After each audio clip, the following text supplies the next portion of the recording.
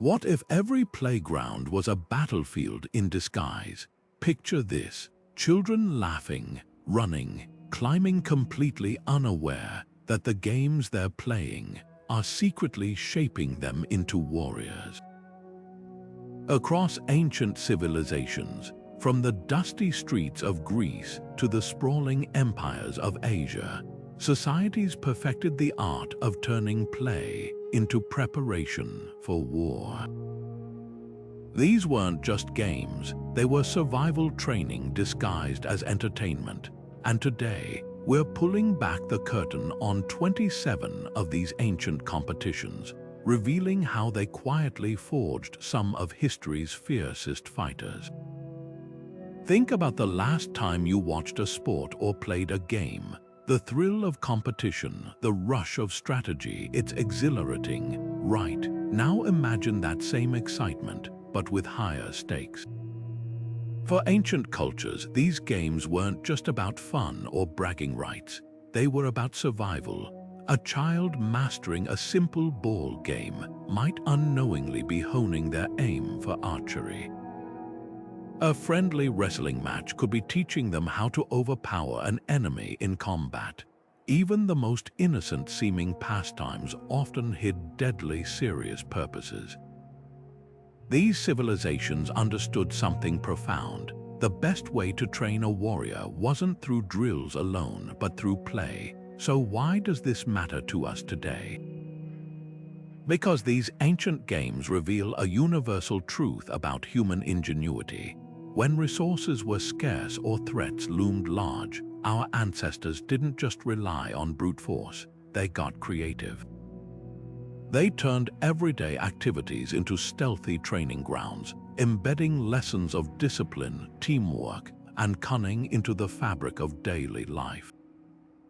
By the time we're done, you'll never look at a simple game of tag or a friendly race the same way again. These weren't just pastimes, they were the building blocks of empires. So let's step into the arena and uncover the hidden battlefield behind history's most famous games. The journey starts now. Pancration wasn't just another Olympic event, it was a battlefield in miniature. Imagine two fighters locked in combat, their bodies slick with sweat and dust, grappling and striking with a ferocity that blurred the line between sport and warfare. Unlike modern martial arts with strict rules, pankration had only two prohibitions: no biting and no gouging eyes. Everything else was fair game. Fighters could kick, punch, choke, or even snap limbs, techniques that mirrored the brutal reality of ancient Greek warfare. This wasn't just about winning a laurel wreath, it was about preparing soldiers for the chaos of close-quarters combat. The connection to war runs deeper than just the violence. Greek hoplites, the heavily armored infantrymen who formed the backbone of ancient armies, relied on endurance, adaptability, and raw strength qualities pancration honed to perfection. A fighter who could withstand a joint lock or escape a chokehold on the sand would be far better equipped to survive the crush of a phalanx, where one wrong move meant death. Even the sport's name hints at its purpose. Pancration translates to all power, a fitting description for a discipline that tested every facet of a warrior's skill. But what's truly fascinating is how the Greeks disguised this lethal training as entertainment. Crowds packed the stadiums, cheering as athletes battled not just for glory but for survival. The spectacle was so intense that legends sprang up around its champions, men like Hirschin, who famously won a match posthumously after his opponent tapped out to a submission hold, unaware Hirschin had already died mid-fight. These stories weren't just tales of heroism, they were propaganda, reinforcing the idea that pain and death were mere obstacles to overcome. Yet Pancration's legacy lives on. Modern mixed martial arts owe a debt to this ancient sport, proving that the line between combat and competition has always been thin. The next time you watch a UFC fight, remember, those fighters are part of a tradition stretching back to a time when every match was a rehearsal for war. And speaking of rehearsals, let's shift gears to another deceptively deadly pastime: chariot racing. What looked like a test of speed was really a masterclass in precision, nerve, and battlefield strategy. Chariot racing wasn't just about speed, it was warfare on wheels. Picture the thunder of hooves, the roar of the crowd, and the razor-thin margin between victory and disaster as chariots hurtled around the track at dizzying speeds. In Rome's Circus Maximus, teams of 4 horses pulled lightweight chariots, their drivers balancing on nothing more than a wooden platform with reins wrapped around their waists. One wrong move meant a deadly tumble, yet this wasn't merely entertainment. Every twist, every near miss was a lesson in battlefield tactics. The parallels to war were impossible to ignore. Chariots had been the tanks of the ancient world, dominating battles from Egypt to Mesopotamia. By the time Rome embraced chariot racing, the vehicles themselves had faded from frontline combat, but the skills they demanded: precision, split-second decision-making, and teamwork were more vital than ever. A driver weaving through chaos at full speed wasn't just showing off. They were rehearsing the kind of maneuvering that could outflank an enemy or escape an ambush. Even the crashes served a purpose. Spectators gasped as chariots flipped and splintered, but for military commanders, these wrecks were stark reminders: control mattered. Lose it and you'd end up like those shattered axles on the sand. What's often overlooked is how chariot racing doubled as a training ground for horses. War horses weren't born, they were made. The races conditioned animals to ignore panic, to respond to subtle cues amid noise and confusion. A team that could stay focused in the Circus Maximus would hold formation on the battlefield.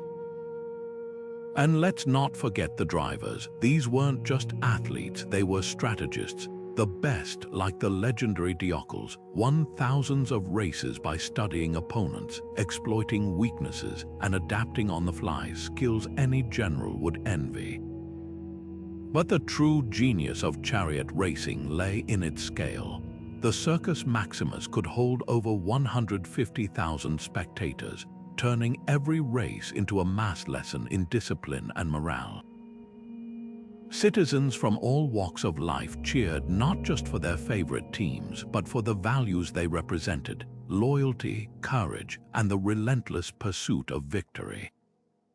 In a world where war and sport were inseparable, chariot racing kept an entire empire battle ready. Now, shift your gaze from the roaring crowds of Rome to the quiet villages of medieval Europe, where a far simpler game, one played with sticks and stones, was quietly shaping the next generation of warriors. Archery contests might have looked like child's play, but they were anything but. Turkish oil wrestling wasn't just a test of brute force, it was a masterclass in controlled chaos. Imagine 2 warriors slicked head to toe in glistening olive oil, their hands slipping as they struggled for any semblance of hold. This was gladiators, a sport so demanding that even the strongest fighters could find themselves humbled by a single misstep. For the Ottomans, this wasn't just spectacle, it was survival training disguised as tradition. On the battlefield, where mud, blood, and sweat turned every clash into a slippery struggle, the ability to maintain balance and leverage became the difference between life and death. The brilliance of oil wrestling lay in its brutal realism. Unlike conventional grappling, where dry hands could grip fabric or limbs with ease, the oil forced fighters to adapt. They couldn't rely on sheer muscle alone. They had to think 3 moves ahead, using their opponent's momentum against them. A wrestler who could pivot, feint, and collapse an enemy's stance in these conditions could do the same in the crush of melee combat. The sport's most revered technique, the kispit grip, involved seizing the opponent's leather trousers, a move that mirrored how soldiers would grapple with armored foes, searching for weak points in the heat of battle. But the true genius of this training was psychological. Matches could last for hours, a slow-motion war of attrition where patience was as vital as strength. Ottoman commanders knew that on the battlefield, endurance often trumped flashy skill. A soldier who could stay calm while exhausted, who could outlast an enemy mentally, would dominate when it mattered most. Even today, the annual Kirkpanar festival keeps this legacy alive, with wrestlers competing not just for a gold belt, but for the pride of a tradition that once forged empires. Now, shift your focus from the sun-baked fields of Turkey to the misty mountains of Japan, where another game honed a very different kind of warrior. While oil wrestling celebrated sheer physicality, the ancient art of Kemari demanded something far subtler: absolute silence, precision, and the grace of a falling leaf. Kemari might look like a tranquil game of keep away, but beneath its serene surface lay the razor-sharp discipline of the samurai. Picture this: noblemen in elegant court robes, standing in a circle beneath cherry blossoms, gently tapping a deerskin ball with their feet, keeping it aloft without a word spoken. The rules were simple: no hands, no dropping the ball, and above all, no breaking the silence. Yet this graceful ritual was far more than aristocratic leisure. For the warrior class of feudal Japan, Kemari was a masterclass in control, a way to hone the same reflexes that decided life or death in duels. Every subtle shift of the foot, every calculated touch to redirect the ball's trajectory, mirrored the precision required in kenjutsu, the art of the sword. Samurai didn't just train in dojos, they immersed themselves in activities that sharpened their instincts. Kemari forced them to read the ball's movement like an opponent's blade, adjusting their stance in milliseconds. The game's emphasis on spatial awareness was no accident. Knowing exactly where your body was in relation to others without even looking was critical when fighting multiple adversaries. And the silence, that was the ultimate test of focus. A distracted mind dropped the ball just as surely as it lost a duel, but Kemari's brilliance extended beyond individual skill. The game demanded seamless teamwork, with players moving as one to maintain the ball's rhythm. For samurai, whose survival often hinged on unit cohesion, this was rehearsal for battle. Even the courtly setting had a purpose. The refined atmosphere cultivated the poise and patience necessary for diplomacy and strategy. In a society where war and politics were intertwined, Kemari became a hidden curriculum, blending martial prowess with the art of influence. Now cross the Pacific to the Americas, where an entirely different ballgame served a far deadlier purpose. While Kemari refined the mind and body in stillness, the Mesoamerican Ullamaliztli played with a heavy rubber ball and stone hoops was a thunderstorm of motion, a game so intense that losers sometimes paid with their lives. But here's the twist: even this brutal sport was training for something greater than glory. It was survival. Ullamaliztli wasn't just a game, it was a cosmic battle played in stone arenas under the watchful eyes of gods. Imagine the thunderous echo of a 10-pound rubber ball striking the walls of a court, the player's hips and elbows bruised from the relentless effort to keep it aloft. This was no casual pastime. In the heart of Mesoamerica, the ballgame was a sacred ritual, a test of skill so intense that defeat could mean sacrifice. But beneath the spectacle lay a brutal truth. Every dive, every calculated strike was training for war. The physical demands alone were staggering. Players had to ricochet the ball off their hips or forearms, no hands allowed through stone rings mounted high on the court walls. The precision required mirrored the split-second decisions of battle, where a misstep meant death. Warriors who mastered Ullamaliztli didn't just develop agility, they learned to anticipate movement, to read opponents like terrain. The ball's unpredictable bounces simulated the chaos of combat, forcing players to react instinctively, and the stakes, they couldn't be higher. Some historians believe losing teams, or even the winning captain, were offered to the gods, a grim reminder that war and sport shared the same unforgiving consequences. Yet the game's brilliance extended beyond physical training. The courts themselves were microcosms of the universe, their layout reflecting the Mesoamerican belief in a fragile balance between worlds. Playing wasn't just about victory, it was about upholding cosmic order. Teams moved in synchronized patterns, their teamwork echoing the coordination needed in battle formations. The rituals surrounding the game purification ceremonies, offerings to deities, reinforced discipline and unity, the same qualities that made armies unstoppable. Even the ball held symbolic weight. Its rubber, harvested from sacred trees, represented the cycle of life and death, a metaphor for the warrior's path.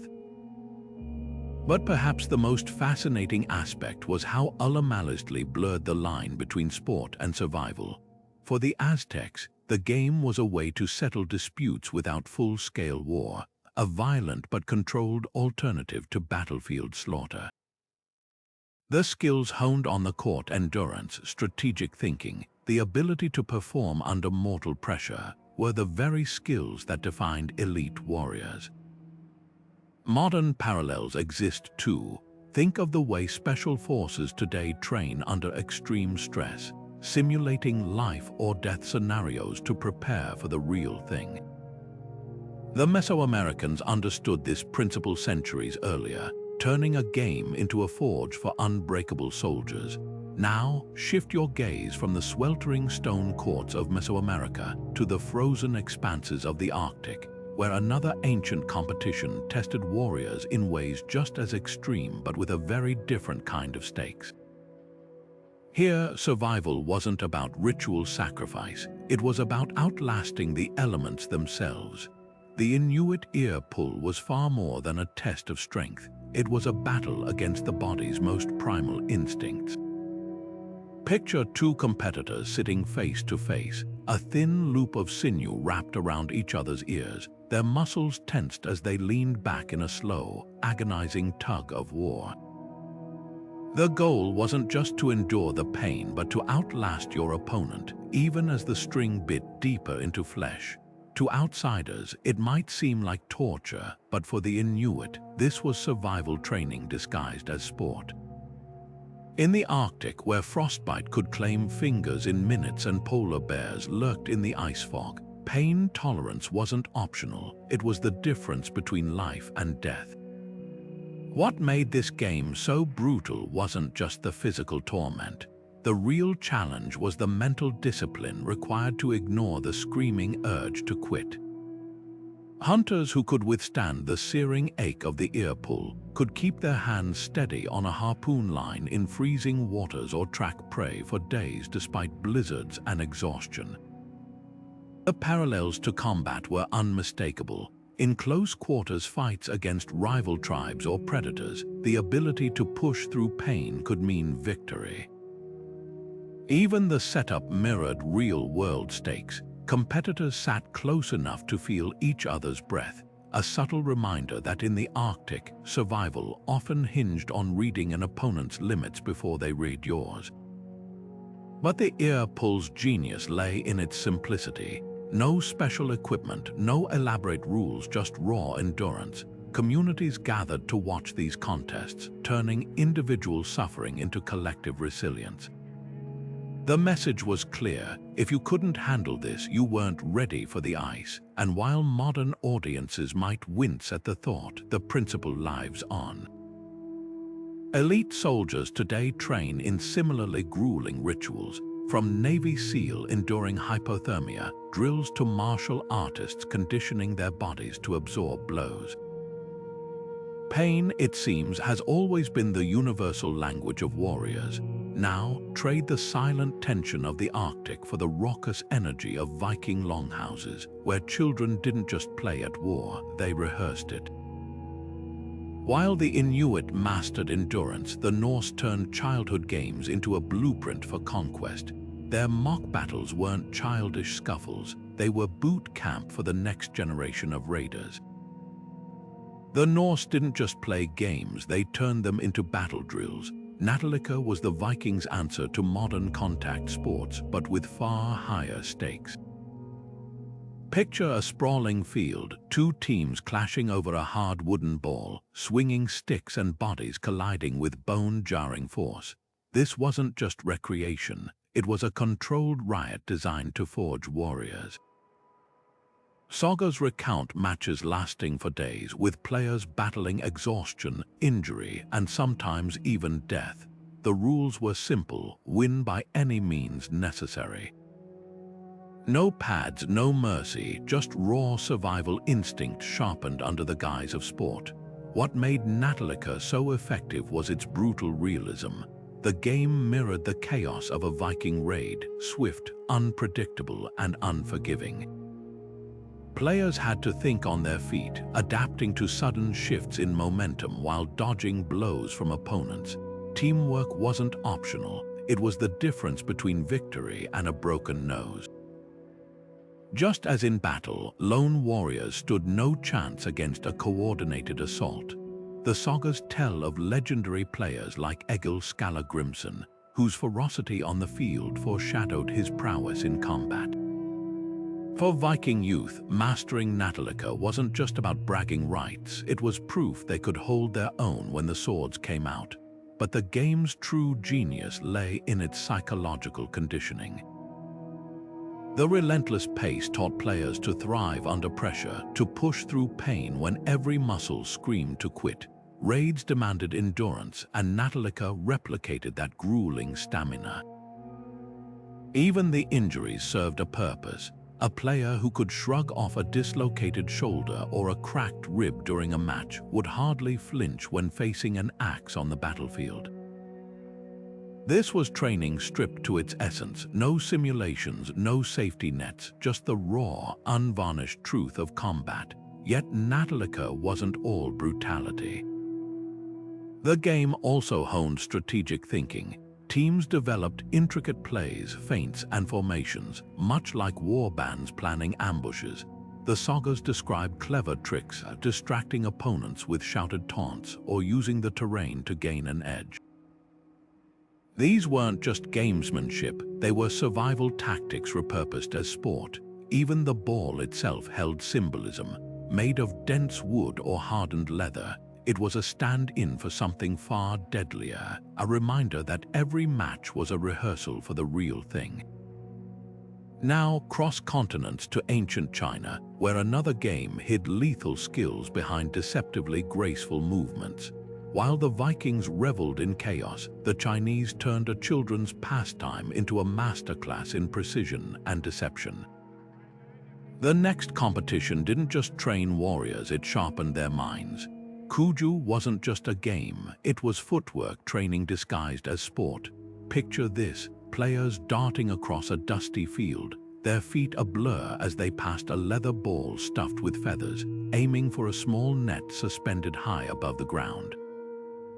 No hands allowed, just pure precision and agility. What looked like an ancient version of soccer was actually a military drill in disguise. Chinese generals didn't just encourage Kuju, they mandated it. Cavalrymen needed lightning-fast reflexes to stay mounted in battle, and infantry relied on coordinated footwork to hold formations. Every swift kick, every sudden pivot on the field translated directly to the chaos of combat.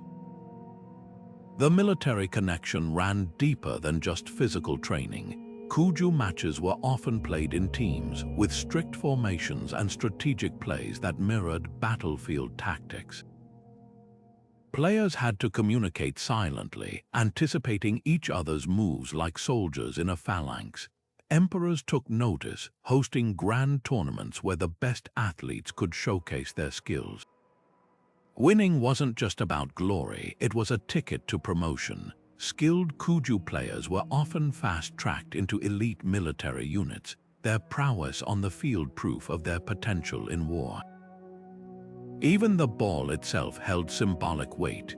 Kicking a heavy, unwieldy object with precision required the same balance and control needed to wield a sword or nock an arrow under pressure. But Kuju's brilliance lay in its adaptability. Unlike rigid drills, the game was dynamic, forcing players to react to unpredictable bounces and sudden shifts in play. This wasn't just about strength, it was about thinking 3 steps ahead. Military manuals from the Han Dynasty explicitly praised Kuju for sharpening reflexes and decision-making, qualities that could turn the tide in battle. The game even had a psychological edge. Matches were loud, chaotic affairs with crowds roaring and opponents trash-talking, conditions designed to simulate the sensory overload of war. A player who could stay focused amid the noise was a soldier who wouldn't panic when the battle cries began.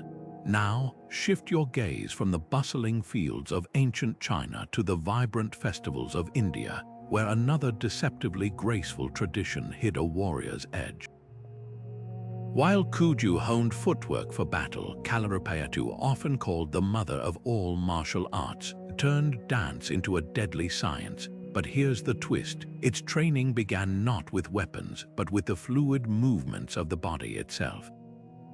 Kalaripayattu wasn't just fighting, it was poetry in motion. Picture a practitioner's body coiling like a serpent before striking with the speed of a cobra, their movements so fluid they seemed to defy gravity. This ancient Indian martial art didn't just train warriors, it sculpted them into living weapons, blending lethal techniques with the grace of classical dance. But here's the secret. Every spin, every leap, every deliberate pause was a feint or attack in disguise. Kings didn't just admire Kalaripayattu, they demanded their armies master it, knowing its acrobatics translated directly to battlefield agility. The training was as meticulous as it was brutal. Students began by mastering their own bodies, stretching, balancing, and contorting in ways that expanded their range of motion. A warrior who could flip mid-combat or land a kick from an improbable angle had the edge over opponents bound by rigid stances. Weapons training came later, with swords, spears, and even flexible yorumi blades whipping through the air like extensions of the fighter's limbs. The most advanced techniques, those were reserved for the battlefield, where Kalaripayattu's signature maneuvers, like the Gatka leap to dodge arrows or the peacock stance to confuse enemies, became second nature. What set Kalaripayattu apart was its theatricality. Performances doubled as training sessions, with fighters disguising combat drills as ceremonial dances. This wasn't just showmanship, it was psychological warfare. Opponents expecting a predictable strike would instead face a whirlwind of feints and flourishes, their confusion as deadly as the blows themselves. Even today, its influence echoes in Bollywood fight scenes, where actors train in Kalaripayattu to achieve that mesmerizing blend of beauty and lethality. But perhaps the art's greatest legacy was its holistic approach. Kalaripayattu wasn't just about physical prowess, it sharpened the mind and spirit. Fighters studied pressure points, herbal medicine, and meditation, becoming healers as much as warriors. This duality, destroy and restore, strike and soothe, made it the ultimate martial art for empires that valued balance. Now, trade the vibrant training grounds of India for the Nile's shimmering waters, where the Egyptians turned a simple river game into a masterclass in naval warfare. Their secret weapon, a race where every splash was a lesson in strategy. Egyptian javelin throw wasn't just sport, it was physics in motion. Picture this, hunters perched on reed boats, their arms cocked back as they launched slender spears toward targets bobbing on the Nile's shimmering surface. What looked like friendly competition was actually high-stakes training. The river's currents played tricks, forcing throwers to calculate wind, water movement, and distance in a split second. Miss by an inch and your dinner swam away. Miss by a foot in battle and an enemy chariot might overrun your position. This was marksmanship refined to an art form, where every throw sharpened skills that kept empires alive. The military applications were undeniable. Egyptian skirmishers relied on javelins to soften enemy lines before close combat, and fishing communities doubled as reserve archers in wartime. Floating targets simulated moving adversaries, teaching fighters to lead their throws like snipers, accounting for a target's speed. Even the choice of terrain was deliberate. The Nile's glare trained warriors to squint through harsh sunlight, a common battlefield hazard. Pharaohs didn't just spectate, they competed publicly, reinforcing the idea that precision was as vital to leadership as it was to survival. A ruler who could pin a drifting target at 50 paces commanded respect from soldiers and subjects alike, but the real genius lay in the game's dual purpose. By day, participants might be hunting crocodiles or hippos. By night, those same skills could sink an invading boat. The javelins themselves were works of tactical engineering, feathered for stability, weighted for penetration, yet light enough to carry in bundles. Wall paintings show soldiers with 5 or 6 javelins strapped to their backs, a testament to how deeply this game influenced warfare. Modern special forces still train with similar drills, proving that some lessons transcend millennia. Now, shift your gaze from the Nile's golden waters to the dust-choked training fields of Rome, where another game turned boys into legionnaires. While the Egyptians perfected the art of the throw, the Romans engineered a contest that forged unbreakable formations, one heavy stone at a time. Harpastum was Rome's answer to rugby, except with far higher stakes. Picture a dusty field littered with armored legionnaires, their muscles straining as they fought for possession of a small, hard leather ball. This wasn't just recreation, it was a microcosm of war. Players could tackle, shove, and outmaneuver opponents with brutal efficiency, all while strategizing under crushing pressure. The rules were simple: keep the ball moving by any means necessary and don't let the other team take it. But beneath the chaos lay a meticulous purpose. Every scrum, every rapid pass, mirrored the split-second decisions Roman soldiers needed in battle, where holding formation could mean the difference between victory and slaughter. What made Harpastum so effective was its emphasis on unit cohesion. Legionnaires didn't fight as individuals, they fought as a single, unbreakable machine. The game forced them to anticipate each other's movements, to communicate without words, and to trust their comrades implicitly. A player who hesitated or broke ranks would find himself overwhelmed, just like on the battlefield. Even the ball's design was tactical. Smaller and heavier than modern equivalents, it demanded precision handling, simulating the weight and unpredictability of a shield or weapon in combat. Historians believe Julius Caesar himself encouraged Harpastum among his troops, recognizing its power to forge discipline and reflexes in equal measure. But the game's brilliance extended beyond physical training. Harpastum was a psychological crucible. Matches often erupted into near brawls, with players enduring cracked ribs and dislocated fingers without complaint. This wasn't just toughness for its own sake, it was conditioning for the horrors of war. A soldier who could shrug off pain during a game would do the same when a spear grazed his arm in battle. And the camaraderie, that was the secret weapon. Teams bonded through shared struggle, creating the kind of loyalty that made Roman legions infamous. Opponents might break under pressure, but Harpastum players knew their brothers would never leave them behind. Yet the sport's legacy isn't confined to antiquity. Modern military trainers still use team sports to build cohesion, proving that some lessons transcend time. The next time you watch a rugby match, notice how players move as one, how they adapt to sudden shifts in play. That's Harpastum's DNA, alive and kicking centuries later. Now, shift your gaze from the grit of Rome to the opulent courts of Persia, where a game of kings turned horseback riding into a lethal art form. Here, speed and precision weren't just skills, they were the marks of royalty. Polo wasn't just a royal pastime, it was a battlefield in motion. Imagine the thunder of hooves, the blur of riders weaving at full speed, their mallets swinging with lethal precision as they struck a small wooden ball. To the untrained eye, it might have looked like entertainment, but Persian warriors knew better. Every gallop, every sudden turn was a rehearsal for war. The game's breakneck pace mirrored the chaos of cavalry charges, where split-second decisions meant the difference between victory and a spear through the chest. Even the name hinted at its military roots.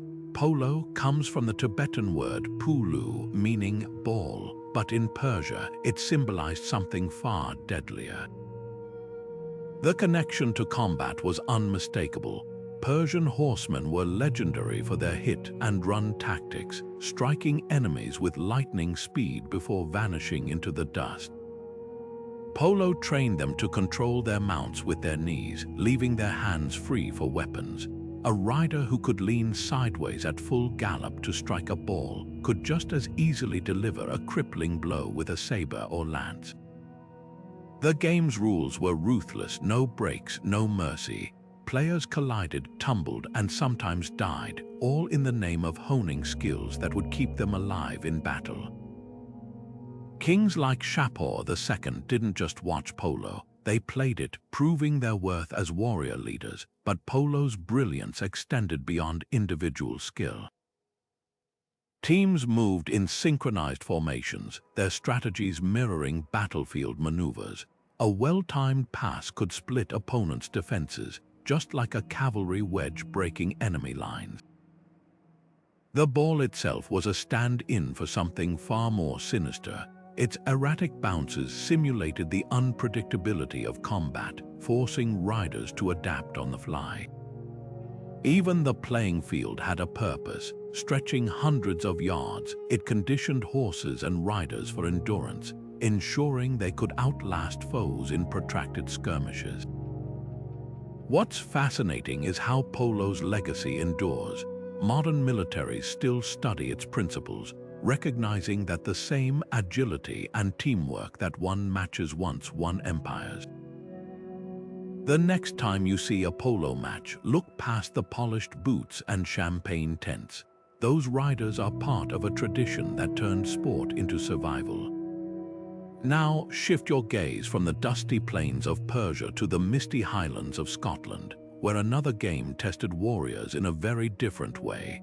While polo refined speed and finesse, the Scottish caber toss demanded raw, unyielding strength, the kind that could turn the tide of a clan battle with a single heave. The caber toss wasn't just a test of strength, it was a high-stakes rehearsal for siege warfare. Picture a Highland warrior hefting a freshly cut tree trunk taller than two men, his muscles straining as he balanced the colossal weight in his palms. With a grunt, he sprinted forward and launched it end over end, the caber thudding to the earth in a cloud of dust. To spectators, it might have looked like a simple feat of brawn, but every clansman knew the truth. This was training for the chaos of battle. Those same muscles that hurled a caber would later carry siege ladders across blood-soaked fields, scaling castle walls under a hail of arrows. The game's genius lay in its brutal practicality. Balance was everything. A poorly tossed caber wobbled midair, crashing prematurely just as a misbalanced ladder would send climbers tumbling to their deaths. Warriors learned to judge the weight and taper of each log instinctively, adjusting their grip and momentum like modern soldiers calibrate the heft of breaching equipment. Even the caber's rotation mirrored the motion of raising a ladder against a fortress wall. Too much force and it overshot, too little and it fell short. The parallels were deliberate. Highland chiefs didn't just encourage the sport, they mandated it, knowing that a man who could master the caber would be invaluable when the clan's survival hung in the balance. But the caber toss wasn't just about raw power. The run-up required explosive speed, the kind needed to cross open ground under fire. The follow-through demanded unwavering focus, a lesson in maintaining composure when fatigue set in. And the landing, that was strategy in motion. A perfect toss sent the caber flipping end over end before landing straight ahead, like a ladder finding purchase on a battlement. Clansmen competed not for medals but for reputation, their prowess in the games signaling their readiness for war. Even today, the caber toss remains a centerpiece of Highland gatherings, a visceral link to a time when play and survival were one and the same. Now shift your gaze from the misty glens of Scotland to the sun-baked shores of New Zealand, where the Maori honed reflexes with a game far deadlier than it seemed. While Highlanders built brute strength, the Maori cultivated something even more crucial: lightning-fast instincts. Their ancient game of tai Rakau wasn't just about catching sticks. It was about training the mind and body to react without thought, a skill that meant life or death in close combat. Tai Rakau looked deceptively simple. Partners stood opposite each other, rhythmically tossing and catching wooden rods to the beat of chants. But as the pace quickened, the stakes soared. A single missed catch meant a stinging blow to the hands or worse, a split-second opening for an enemy's strike in battle. Warriors didn't just play tai Rakau, they lived by its lessons. The game sharpened peripheral vision, teaching fighters to track multiple moving objects at once, essential when dodging spears or arrows. The alternating patterns drilled ambidexterity, ensuring no warrior was vulnerable just because their dominant hand was occupied. Even the chants served a purpose. Their hypnotic rhythm trained players to maintain focus amid distraction, a survival skill when chaos erupted on the battlefield. What made tai Rakau truly remarkable was its scalability. Beginners started with 2 sticks, but masters could juggle 6 or more, their hands a blur of precision. This wasn't just showmanship, it was progressive overload for combat reflexes. Maori warriors who excelled at the game were feared for their ability to deflect weapons mid-strike or snatch a thrown spear from the air. The sticks themselves held symbolic weight carved from native wood. They represented the bones of ancestors, a reminder that every catch honored generations of warriors who came before. Today, tai Rakau endures not just as cultural preservation but as proof that sometimes the deadliest skills are hidden in the simplest games. Tai Rakau wasn't just a game, it was a symphony of survival. Imagine Maori warriors standing in pairs, wooden rods flashing between them in perfect rhythm, their hands moving faster than the eye could follow. To an outsider, it might have looked like simple stick tossing, but every flick of the wrist, every timed catch, was a lesson in lethality. The sticks weren't just props, they were stand-ins for weapons, and the players weren't just competitors. They were warriors honing reflexes that could mean life or death in battle. The game's brilliance lay in its simplicity. Partners chanted in unison, their voices setting the tempo as sticks crisscrossed the air. Miss a beat and you'd fumble. Lose focus and you'd take a stinging blow to the knuckles. But in combat, that same lapse could mean a spear through the chest. The training went deeper than hand-eye coordination. Tai Rakau drilled ambidexterity into muscle memory, ensuring warriors could strike or block with either hand. In close-quarters combat, where weapons could be knocked loose or snatched away, this adaptability was priceless. The rhythmic chanting wasn't just for tradition. It simulated the cacophony of battle, teaching fighters to maintain precision amid chaos. Advanced players didn't just catch sticks, they juggled them in intricate patterns, their hands weaving through the air like dancers in a deadly ballet. This wasn't just skill, it was spatial intelligence, the ability to track multiple moving threats at once. a warrior who could snatch a spinning rod from the air could just as easily intercept an enemy's arrow mid-flight. But perhaps the most fascinating aspect was how Rakau blurred the line between art and warfare. The sticks themselves were often carved with ancestral symbols, turning each game into a ritual. Every perfect catch honored generations of fighters who'd mastered the same drills. Even today, modern martial artists study Rakau's principles, recognizing that the split-second timing it demands is the same timing that decides fights. Now, shift your gaze from the rhythmic intensity of New Zealand to the vibrant fields of Mesoamerica, where the Aztecs turned something seemingly delicate flowers into a tool for war. Their training weapon of choice blossoms with a bite. Xochimilco flower wars weren't battles, they were choreographed chaos. Imagine the Valley of Mexico alive with color, warriors adorned in vibrant feathers clashing under the watchful eyes of priests. Their weapons, macuahuatl wooden clubs embedded with razor-sharp obsidian blades designed to wound, not kill.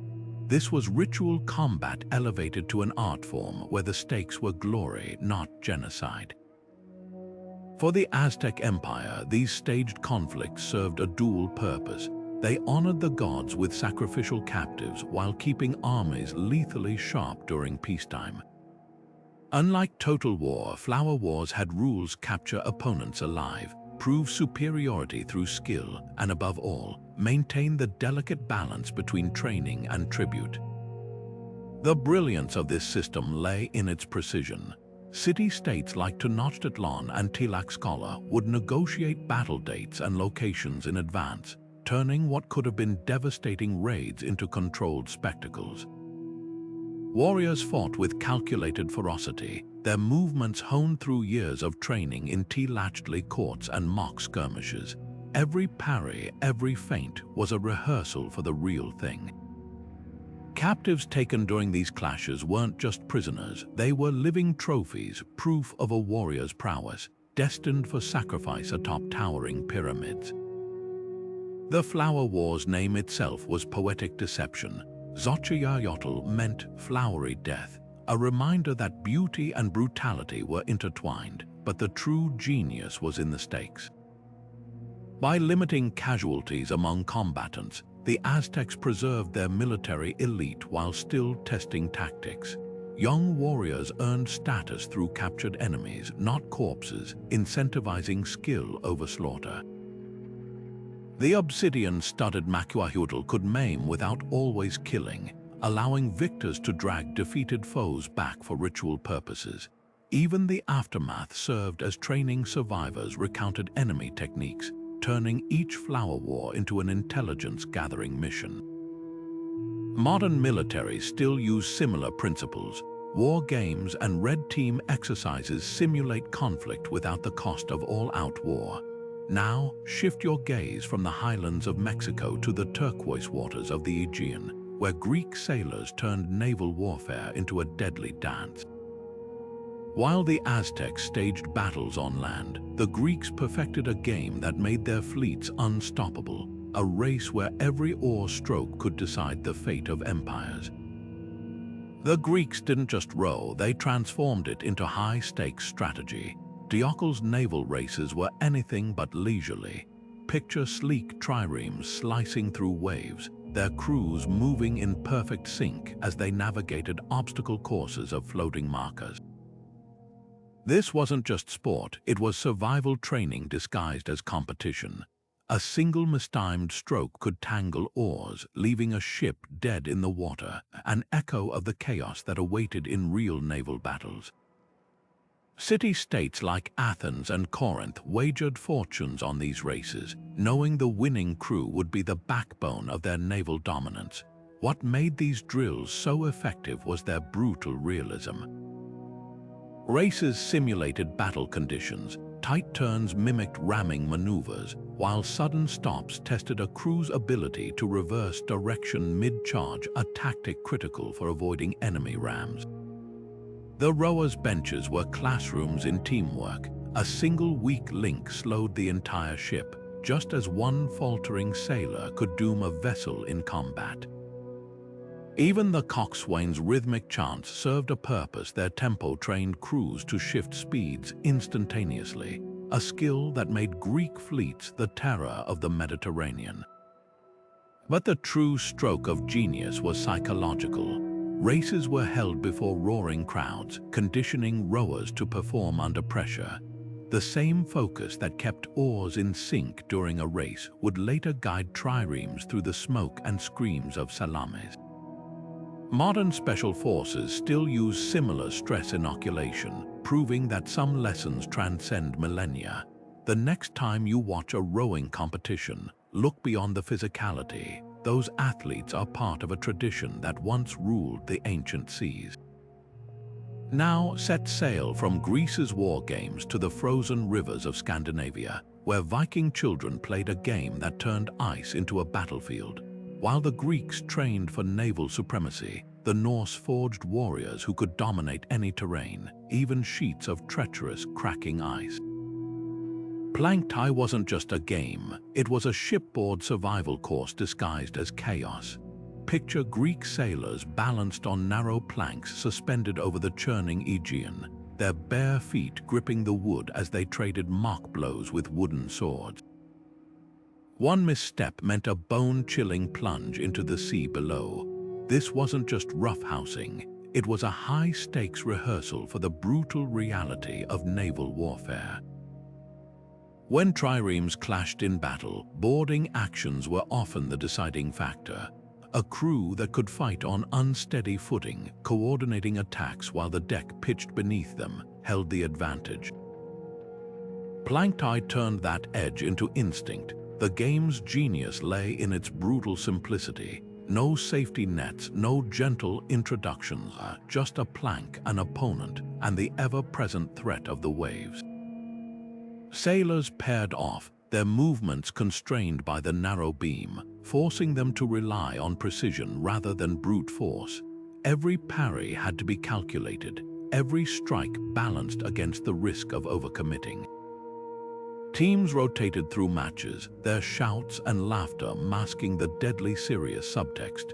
This was how you stayed alive when enemy hulls crashed together in battle. The best fighters weren't necessarily the strongest. They were the ones who could read the rhythm of the sea and their opponent's stance in the same glance.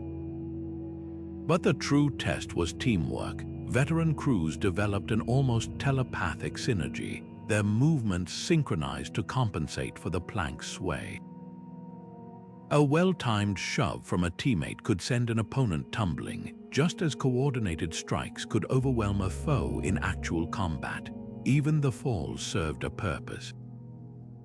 Sailors learned to roll with the impact, turning a plunge into a lesson in recovery. Naval commanders knew a crew that mastered plank tie would hold their formation when boarding a hostile ship, their cohesion unbroken by chaos. The game was so effective that variations spread across the Mediterranean, from Phoenician traders to Roman marines, each culture adapting it to their own warships. What's remarkable is how little has changed. Modern special forces still train on unstable platforms, simulating ship takedowns with the same focus on balance and unit coordination. The next time you see an action movie hero leaping between crashing boats, remember, those stunts owe a debt to Greek sailors playing on wobbling planks centuries ago. Now trade the salt-sprayed decks of the Aegean for the misty hills of Celtic Britain, where warriors tested their nerve in a game far quieter but just as deadly. Their challenge standing stone still while the world moved around them. Hurling wasn't just Ireland's national pastime, it was a battlefield in cleats. Imagine players charging across emerald fields, their ash wood sticks clashing as they chased a leather-covered ball called a sliotar at speeds that could break bones. This wasn't just a game, it was a survival skill disguised as sport. Celtic warriors didn't just play hurling, they lived by its lessons. The sliotar's blistering pace mirrored the trajectory of a spear in flight, training players to react with split-second precision. A well-aimed swing could send the ball soaring over 300 feet, a skill that translated directly to launching javelins or deflecting incoming projectiles in combat. Even the sticks themselves, known as hurleys, were weapons in disguise, light enough for speed but dense enough to crack skulls if wielded with intent. Legends tell of heroes like Kuju, who played hurling to steel their nerves before battle. The game's frenetic pace wasn't just for show, it replicated the chaos of clan warfare where hesitation meant death. Players learned to strike on the run, to anticipate an opponent's next move before they'd even made it. Teamwork was non-negotiable. Just as in battle, lone fighters stood no chance against a coordinated onslaught. The sport's unspoken rule: never drop your guard. A distracted player could take a sliotar to the ribs at 80 miles an hour, a brutal reminder that focus was as vital as strength. What made hurling uniquely lethal was its lack of boundaries. Play didn't stop for sidelines or water breaks. Matches could stretch for miles across open countryside, conditioning warriors for the grueling marches of war. The ball itself was a shapeshifter, sometimes stitched with horsehair for extra weight, other times soaked in brine to make it unpredictable in rain. Players adapted on the fly, just as they would when ambushed in unfamiliar terrain. Even today, modern hurlers train with a ferocity that would make their ancestors proud, their matches still echoing the primal intensity of clan rivalries. Now shift your gaze from Ireland's stormy coasts to the vast, wind-swept plains of Mongolia, where another game turned children into conquerors. While the Celts honed their reflexes with sticks and balls, the Mongols mastered a sport that would shape the greatest cavalry the world had ever seen, a race where the finish line was the edge of an empire. Mongolian archery wasn't just sport, it was the heartbeat of an empire. Picture a young rider, barely taller than his horse, galloping across the steppe at full speed, his bow drawn as he looses an arrow straight through a moving target. For the Mongols, this wasn't just a game, it was daily life. From the moment they could sit upright in a saddle, children competed in archery contests, their tiny hands gripping bows that would one day decide the fate of nations. The stakes far higher than pride. On the open plains where a missed shot meant a lost meal or a fatal ambush, precision wasn't just skill, it was survival. The training was relentless. Targets weren't stationary circles but swinging leather pouches or fleeing animals, forcing archers to calculate wind, distance, and their own momentum mid-gallop. Genghis Khan's warriors could hit a bird in flight from 30 paces, a skill that turned their horseback archery into the deadliest artillery of the medieval world. But what made Mongolian archery truly exceptional was its integration into every aspect of nomadic life. Festivals like the Nodam turned competitions into spectacles, where the best marksmen earned titles and respect. These weren't just tournaments, they were live fire drills disguised as celebration. A boy who won at Nodam didn't just bring honor to his family, he proved he was ready to ride with the Khan's armies. The bows themselves were engineering marvels, crafted from layered horn and sinew. They could launch arrows farther and faster than any European longbow, yet were compact enough to fire from horseback. Archers trained to shoot in any direction, forward, backward, even sideways, a technique that made Mongol cavalry untouchable in battle, their signature move. The Parthian shot, a backward-fired arrow delivered while feigning retreat, which decimated pursuing enemies.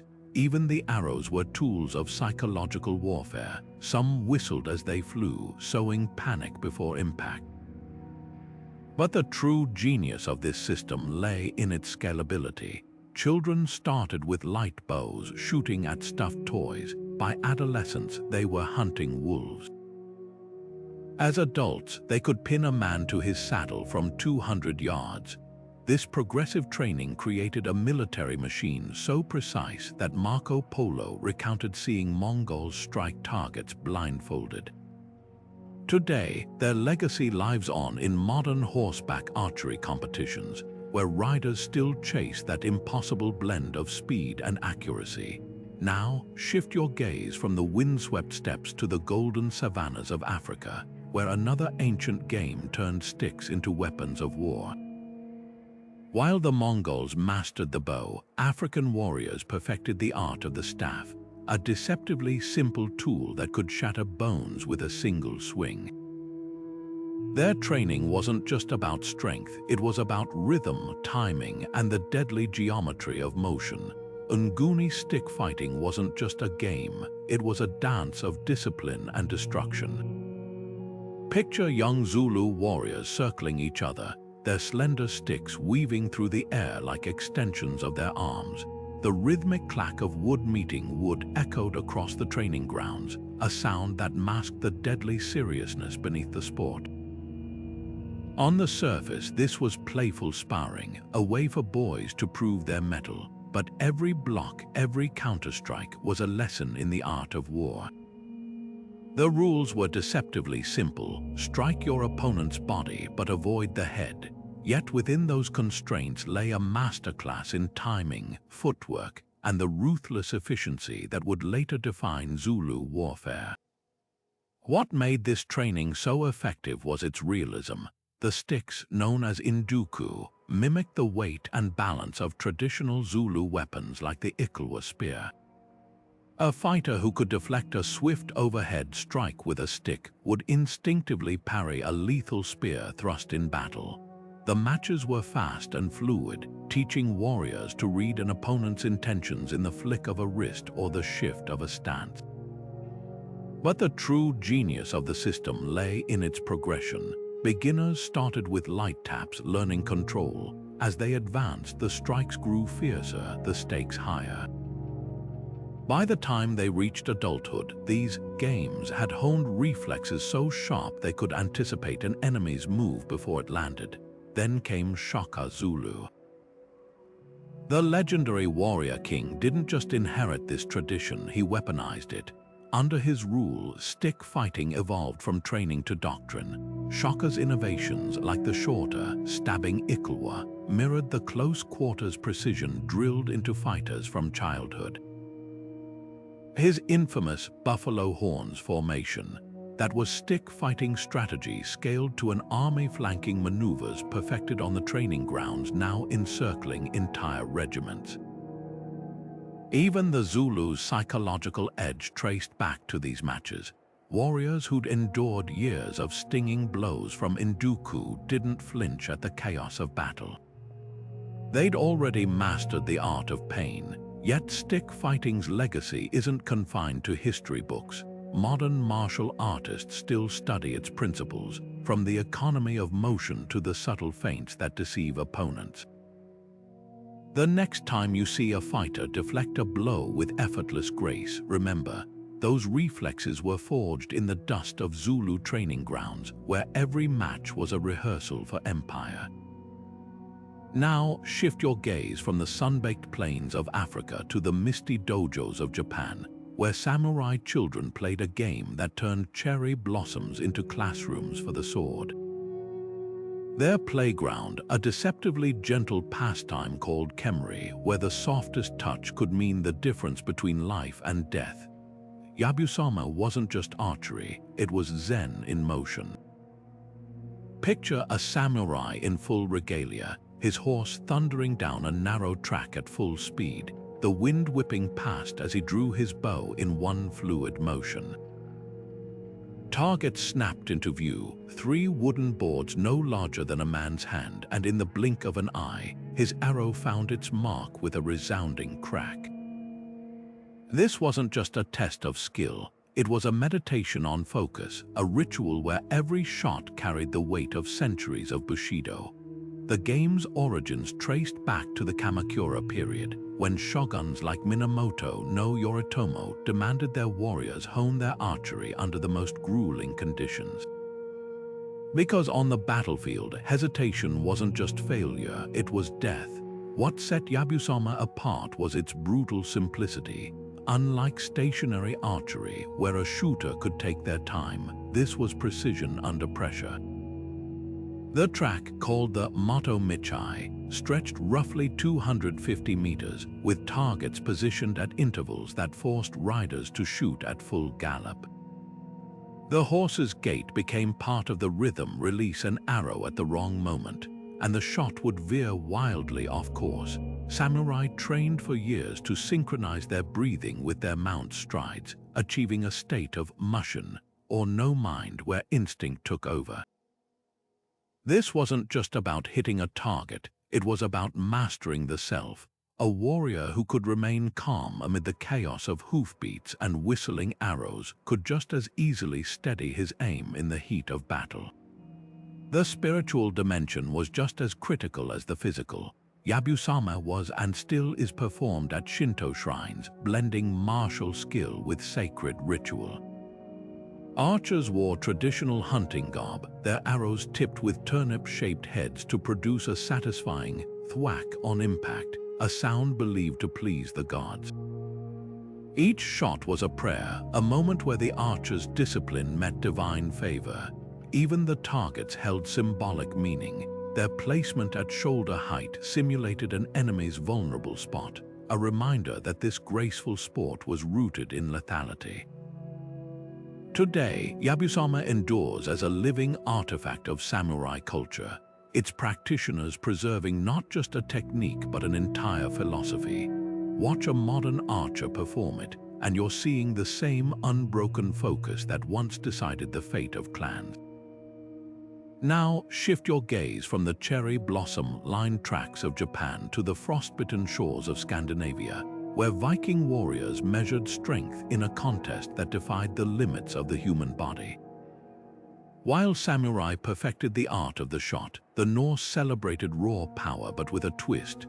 Their game wasn't just about lifting heavy stones, it was about defying gravity itself.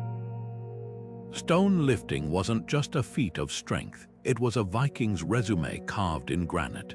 Picture a Norse warrior, his muscles straining as he hoisted a glacial boulder onto his shoulder, the weight pressing down like the expectations of his entire clan.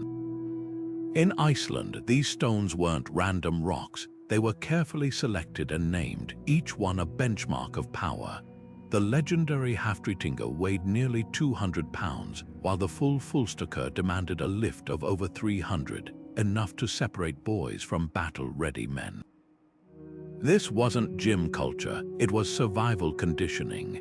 A warrior who could heave these monoliths had the explosive strength to cleave through shields with a single axe swing, or hold the front line in a shield wall without buckling under the crush of bodies.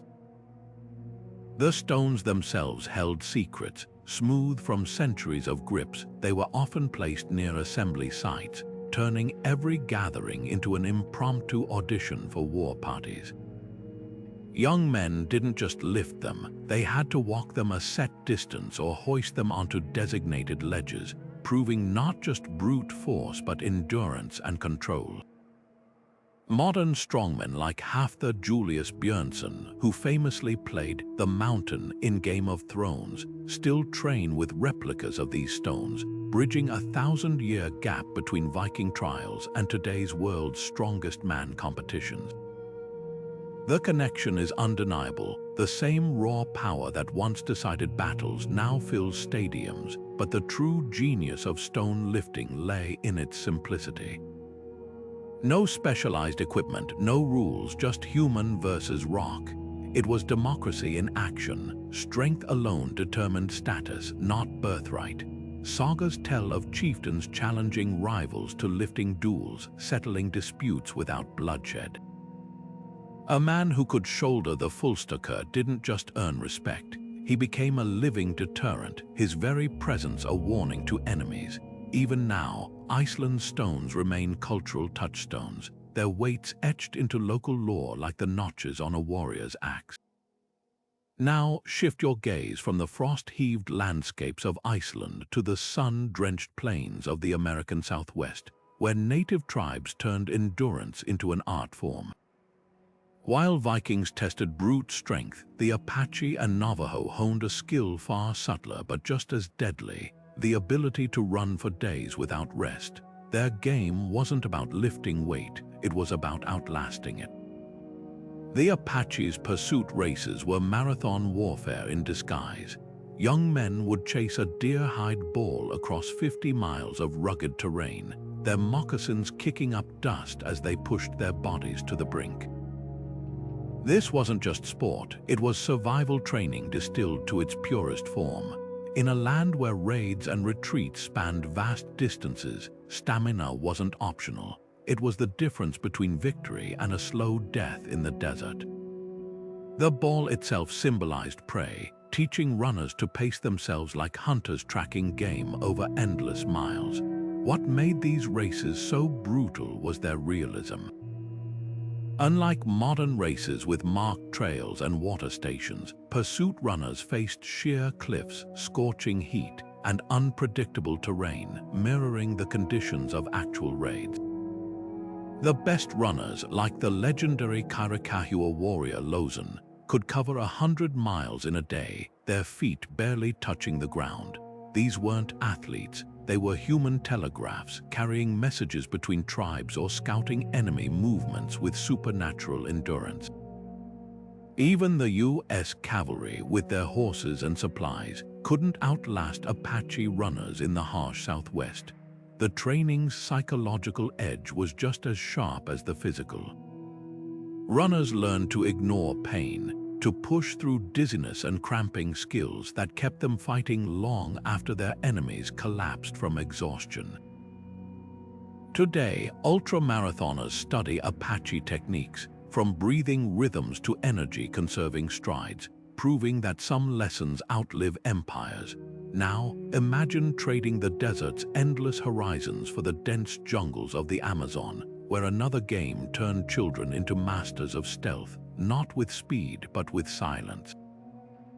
Choctaw stickball wasn't just a game, it was war by other means. Imagine hundreds of players surging across a field that stretched for miles, their wooden sticks clattering as they fought for control of a deerskin ball. The Choctaw called it the little brother of war, and for good reason. This was no casual scrimmage, it was a full-scale simulation of combat, where broken bones and concussions were badges of honor rather than accidents. Tribes used these matches to settle disputes without all-out bloodshed, but every sprint, every collision was a lesson in battlefield survival. The parallels to warfare were impossible to ignore. Teams could number in the hundreds, their strategies mirroring the chaos of tribal clashes. Players weaved through opponents like raiding parties, using feints and decoys to outmaneuver rivals. The ball itself was incidental. What mattered was the relentless physicality, the endurance to play for hours under the blistering sun, and the courage to charge into a scrum where elbows and sticks flew without mercy. Legendary stickballers earned the same respect as war chiefs, their exploits celebrated in songs and stories. A man who could dominate the field proved he could hold his own in battle. But the game's brilliance lay in its psychological conditioning. Matches were preceded by days of ritual fasting and purification, teaching players to push through hunger and exhaustion, just as they would on extended campaigns. The sheer scale of the contests, with entire villages turning out to cheer, replicated the pressure of fighting before a watching tribe. Even the sticks were weapons in disguise. The forked ends, used to scoop and hurl the ball, could just as easily disarm an enemy in close combat.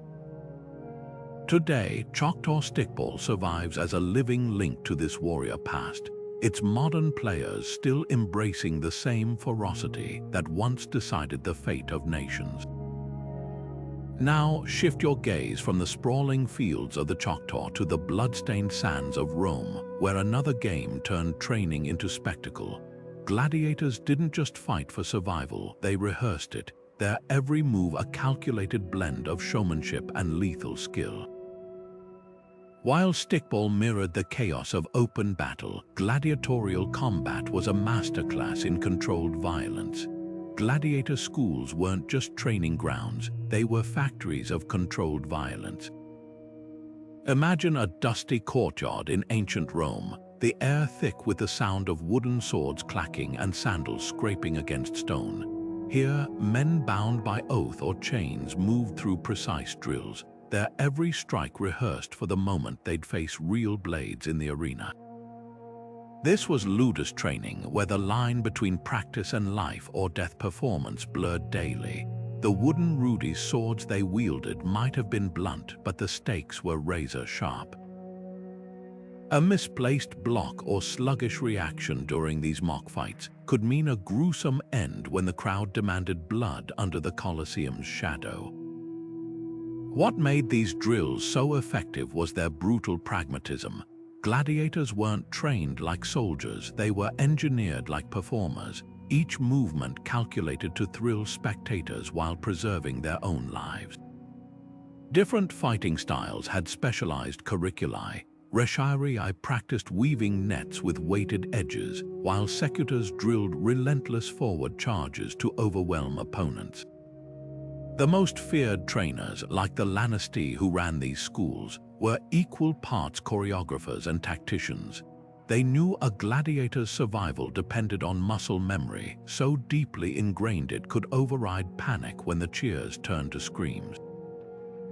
Even the wooden posts they struck, called palaces, were spaced to simulate the erratic movements of human adversaries, but the true genius of ludus training lay in its psychological conditioning.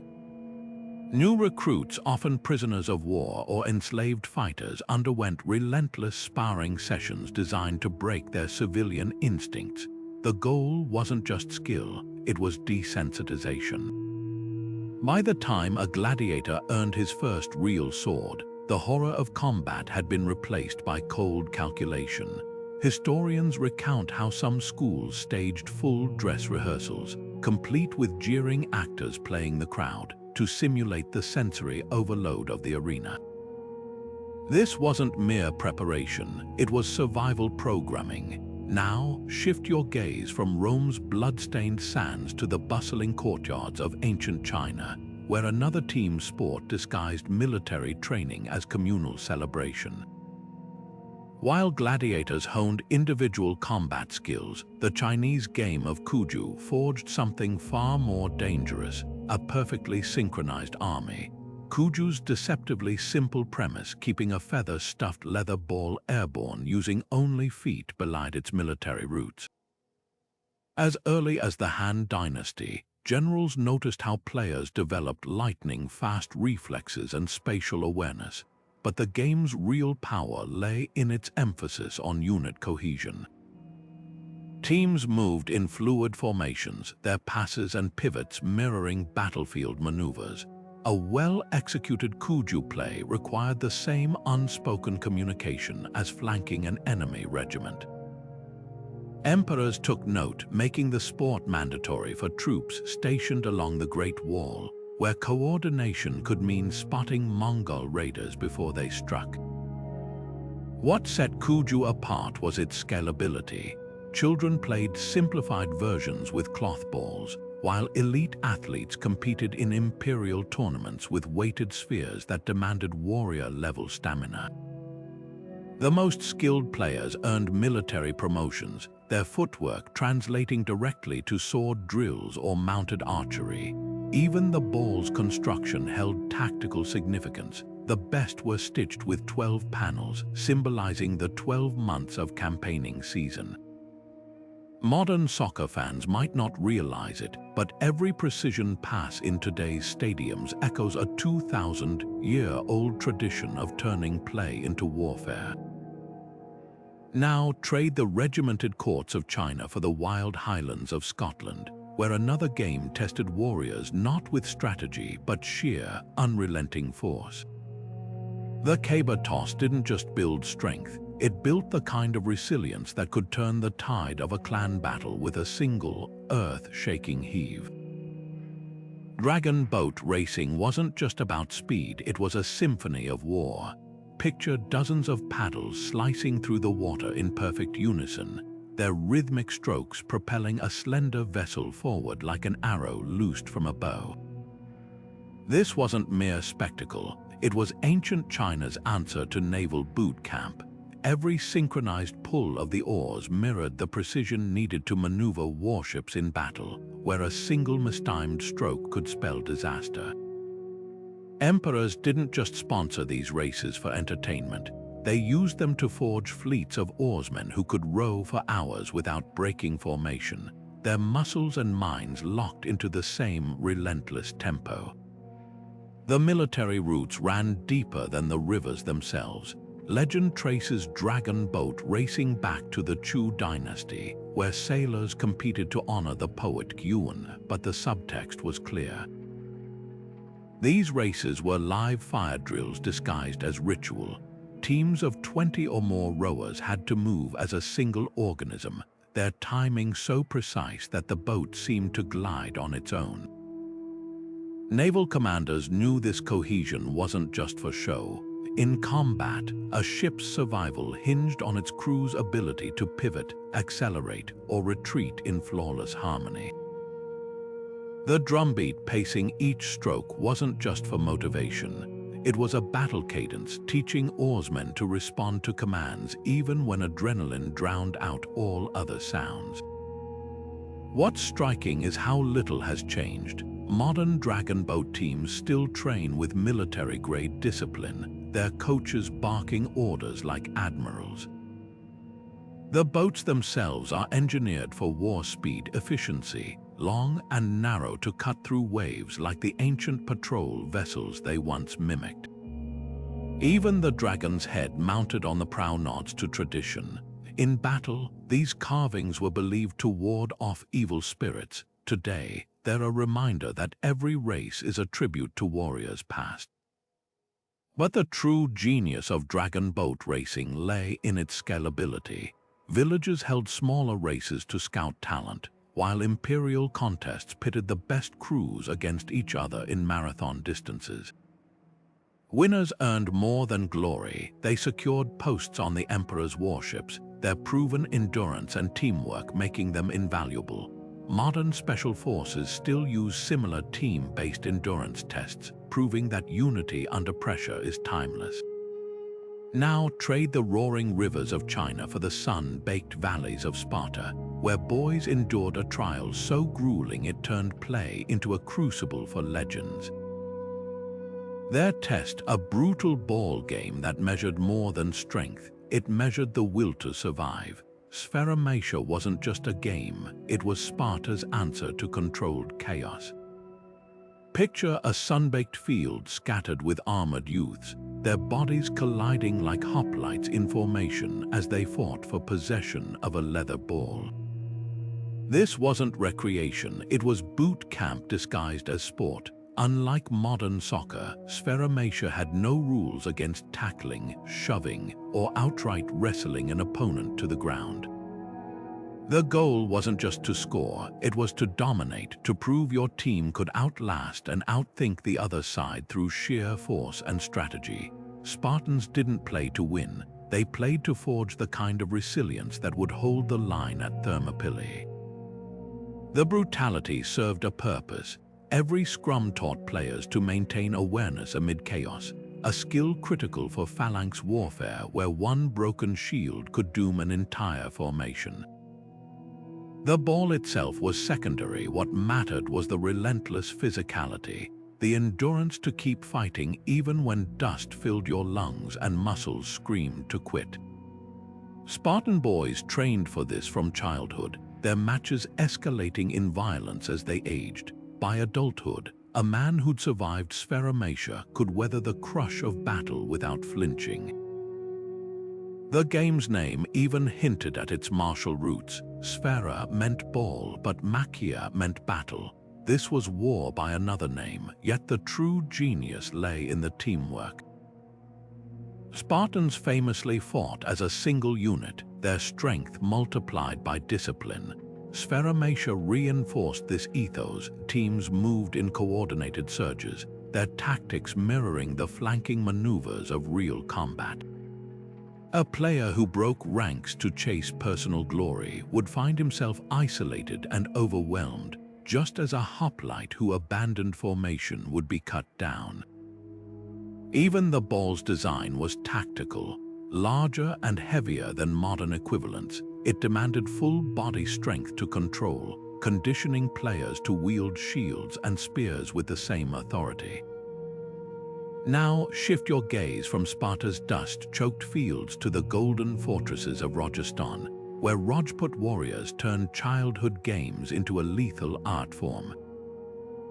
While Spartans honed raw power, the Rajputs perfected something far more subtle, the ability to strike with the precision of a scorpion's tail, their secret. A game that transformed agility into a weapon. Tent pegging wasn't just a game, it was a cavalryman's rite of passage. Picture a warrior charging at full gallop, his lance leveled like an extension of his arm, aiming for a wooden peg barely the width of a man's thumb. One flick of the wrist, one split-second miscalculation, and the lance would glance harmlessly off the target.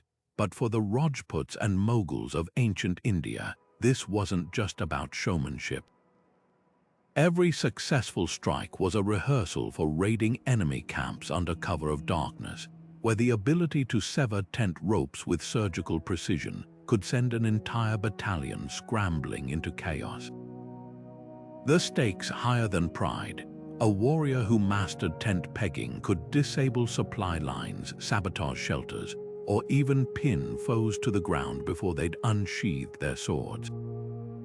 The training was as meticulous as it was merciless. Riders practiced on progressively smaller targets, their lances trimmed down to mimic the weight and balance of actual combat spears. The most skilled could strike pegs while leaning sideways at a full gallop, their bodies parallel to the ground, a move that mirrored the lethal angles of a cavalry charge. Even the horses were part of the drill. War horses trained for tent pegging learned to hold their line without flinching at the lance's impact, a discipline that translated directly to the chaos of battle. Modern tent pegging competitions still follow these ancient principles, with riders from Pakistan to South Africa keeping the tradition alive, their techniques unchanged for centuries. What set tent pegging apart was its psychological edge. Unlike jousting, where the goal was to unseat an opponent, this sport demanded cold, calculated precision under pressure. A single peg missed in training might mean a tent rope left intact in war, and with it, an enemy alerted to an ambush. The game's name itself whispered its military roots. Pegging referred not just to the wooden stakes, but to the act of pinning down adversaries before they could react. Today, elite cavalry units still study tent pegging's principles, proving that some skills never go obsolete. Now, shift your gaze from the dust-choked plains of India to the orderly training grounds of Rome, where another game turned boys into the backbone of an empire.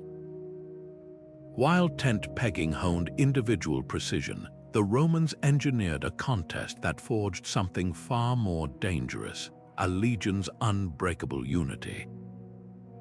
Their secret, a ball game so intense it blurred the line between sport and survival. Harpastum was Rome's answer to the Crucible of War. Imagine a packed dirt field strewn with armored youths, their sandals kicking up dust as they fought for a leather ball small enough to clutch in one hand. This wasn't just recreation, it was a microcosm of legionary tactics. Players could tackle, grapple, and outmaneuver opponents with brutal efficiency, all while strategizing under the weight of exhaustion. The rules were simple: keep possession at all costs, but beneath the chaos lay a meticulous purpose. Every rapid pass mirrored the relay of messages in battle. Every coordinated push echoed the shield wall's advance. Legionnaires didn't just play Harpastum, they lived by its lessons. What made the game so effective was its emphasis on adaptability. The ball's erratic bounces forced players to think on their feet, a skill critical for soldiers navigating the fog of war. Teams developed hand signals and coded shouts, their communication as precise as a centurion's commands. Even the smallest players had a role, light and agile. They darted through the scrum like skirmishers, turning the tide with sudden, unpredictable moves. Historians believe Julius Caesar himself mandated Harpastum for his troops, recognizing its power to forge reflexes and camaraderie in equal measure. But the true stroke of genius was the game's psychological toll. Matches dragged on for hours, pushing players to their limits. A legionnaire who could ignore cracked ribs or dislocated fingers during a match would hardly flinch when a Gaul's spear grazed his arm in battle. And the teamwork, that was the secret weapon. Just as in combat, Harpastum rewarded those who fought not as individuals, but as a single, unstoppable machine. Modern militaries still use team sports to build cohesion, proving that Rome's lessons endure. The next time you watch a rugby scrum, look closely. Those players are heirs to a tradition that once held the weight of an empire. Now prepare to step into the sands of the Colosseum, where gladiators didn't just fight for survival, they rehearsed it. While Harpastum forged unity, gladiatorial combat refined the art of individual lethality, turning spectacle into a masterclass in controlled violence. Troia wasn't just child's play, it was Rome's elite military academy on horseback. Picture the sons of senators and generals, barely tall enough to mount their steeds, reenacting Hannibal's crossing of the Alps or Caesar's conquest of Gaul in sprawling mock battles. These weren't casual reenactments, they were high-stakes rehearsals for empire. Every charge, every flanking maneuver, drilled into young minds before they could even grow their first beard. The line between game and warfare dissolved completely here. A boy who could orchestrate a Trojan War scenario with his peers today might command legions tomorrow. The brilliance of Troia lay in its layered curriculum. Younger children started as foot soldiers, learning discipline in formation drills. As they advanced, they graduated to cavalry roles where split-second decisions determined victory. The most skilled earned the honor of leading charges, their voices cracking as they shouted orders that mirrored those of legendary commanders. Historians recount how future emperors like Caligula and Nero participated in these games, their childhood performances scrutinized for signs of leadership or tyranny. The mock battles even incorporated siege engines and wooden fortifications, turning the Campus Martius into a sandbox for conquest. But Troia's true genius was psychological. These games normalized the rhythms of war for Rome's ruling class. A teenager who'd spent years sacking Carthage with his friends wouldn't hesitate to order the real thing as a general. The rituals surrounding the event reinforced this mindset. Participants wore miniature armor, swore oaths of loyalty, and celebrated victories with feasts modeled on military triumphs. Even the name Troia was a masterstroke, evoking both the legendary war that inspired Rome's founding myth and the relentless expansion that fueled its empire. What's startling is how these games mirrored modern war colleges. West Point cadets still reenact Gettysburg, naval officers simulate Pacific theater battles. The Romans simply started the training younger, blurring play and strategy until they became indistinguishable. Troia's legacy whispers through history. The best leaders aren't just taught warfare, they've lived it since childhood, one galloping charge at a time. Now step back and consider the bigger picture. These 27 games weren't just historical curiosities, they were survival blueprints. From the oil-slicked wrestlers of Istanbul to the horseback generals of Rome, every culture weaponized play in its own way. The common thread, adaptability. When resources were scarce or enemies loomed, our ancestors didn't just train harder, they trained smarter. They embedded combat lessons in the fabric of daily life, turning laughter into leverage and games into battle plans. The real lesson for us: human ingenuity thrives under pressure. Faced with existential threats, these civilizations didn't resort to brute force alone. They crafted elegant solutions, disguising spear drills as dances, turning chariot races into tactical simulators, transforming children's toys into tools of war. That spark of creativity, that ability to see dual purposes in every action, is what separated thriving empires from forgotten ruins. The next time you watch a soccer match or join a pickup basketball game, remember, you're part of an unbroken chain stretching back to warriors who knew that play isn't the opposite of work. It's the sharpest way to hone the skills that matter most. These ancient games were more than entertainment. They were the invisible scaffolding of empires. Every grapple in a Turkish oil wrestling match, every arrow loosed in a Mongolian archery contest, silently reinforced the skills that would decide battles. Societies didn't just train warriors, they embedded combat into the rhythm of daily life, turning market squares and riverbanks into classrooms where survival was taught through joy. The genius of this system: it never felt like training. A child sprinting after a ball in Mesoamerica was learning to dodge spears. A Viking heaving a stone in Scotland was conditioning for siege warfare.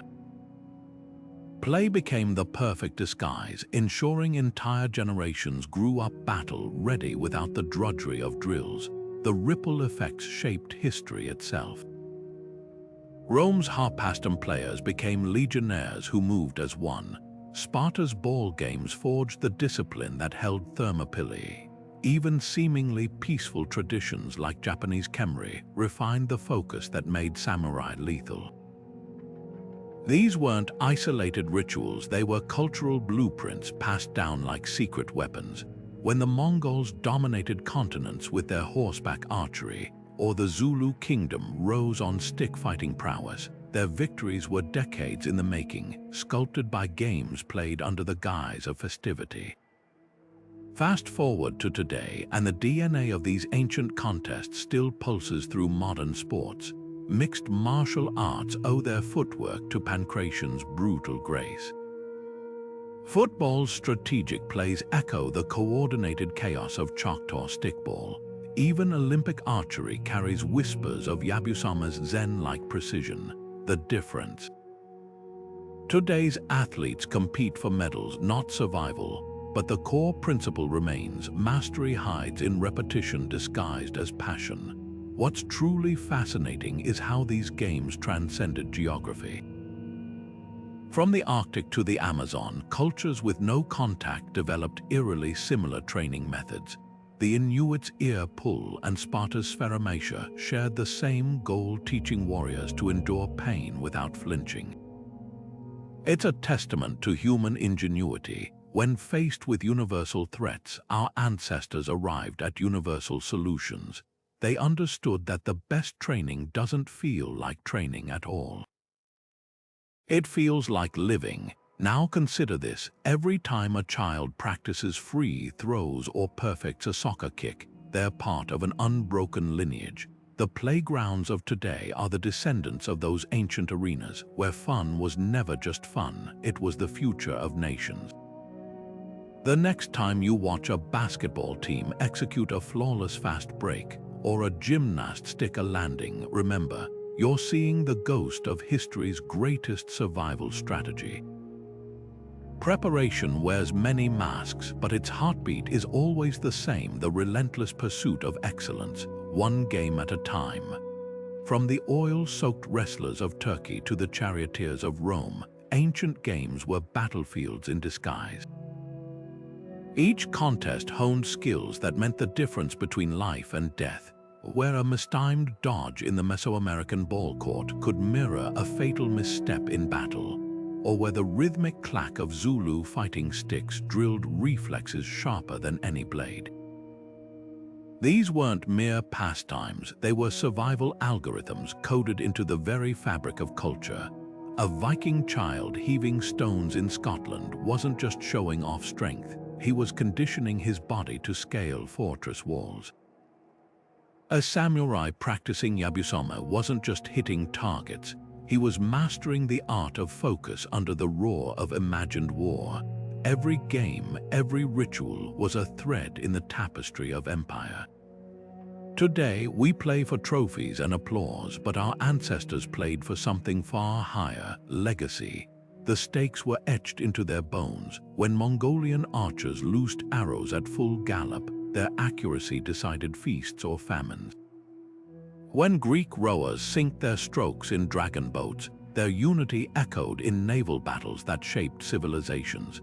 Even the quietest games, like Japan's Kemari, were stealth classrooms for the mind, teaching warriors to move with the precision of falling cherry blossoms, where a single misstep meant disgrace.